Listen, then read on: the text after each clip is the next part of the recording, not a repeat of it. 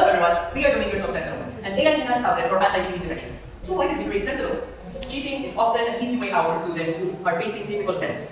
It is a considerable challenge for teachers to monitor all of the students' manually. Sentinels have two functions, for teachers and for students.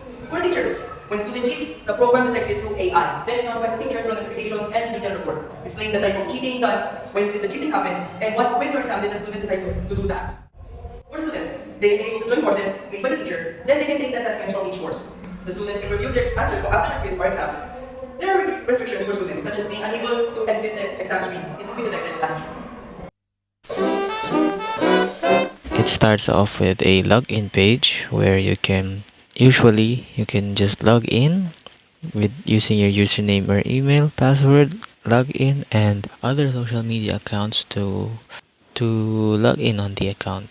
If you don't have an account yet, you are directed to a register page where you can put in details that are needed to register for the uh, website or application that they have, which is Sentinels.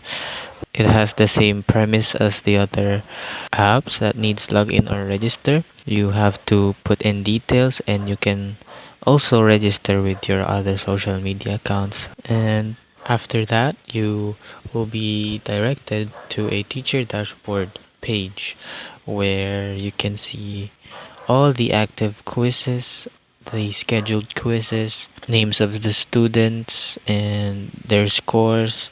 And also, the main premise of their app is an anti-cheat system that the teacher can monitor if a student is cheating. Dashboard contains the subject title and if the test is ongoing, and then the type of cheating that student have committed and the date of the quizzes too. So as you can see, there are two text fields for username and password.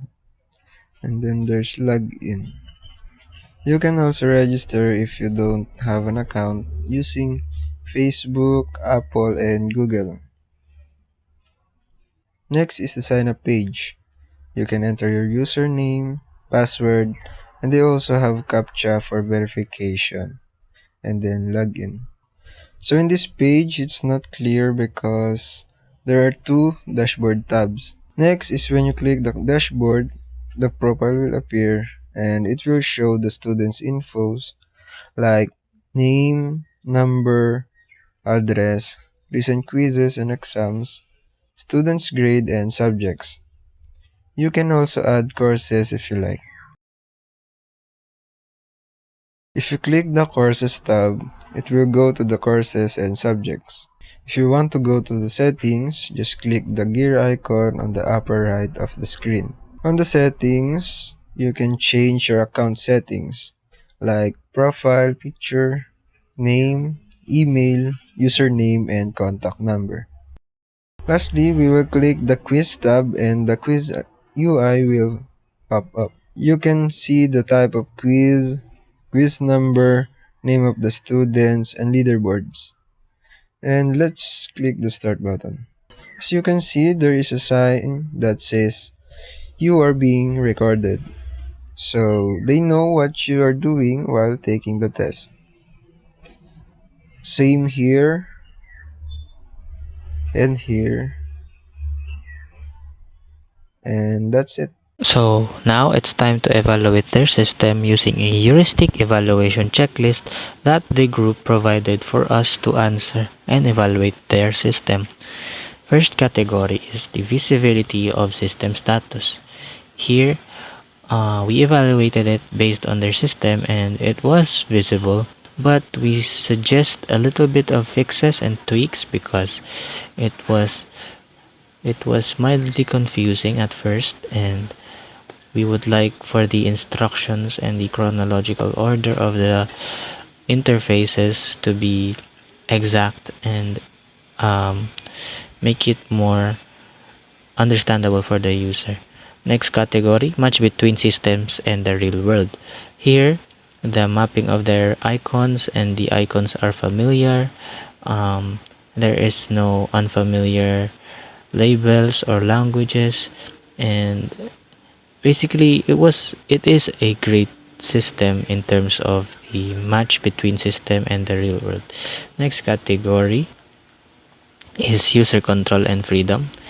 The system shows the user when they are controlling the system, but we have a few concerns, and one of which is the cancel button. There is no way to cancel your process, and also the back button. You cannot go back to an interface once you click something.